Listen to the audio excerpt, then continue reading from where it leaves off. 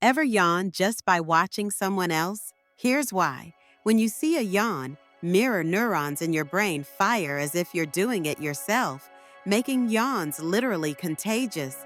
You're more likely to catch a yawn from someone you're close to.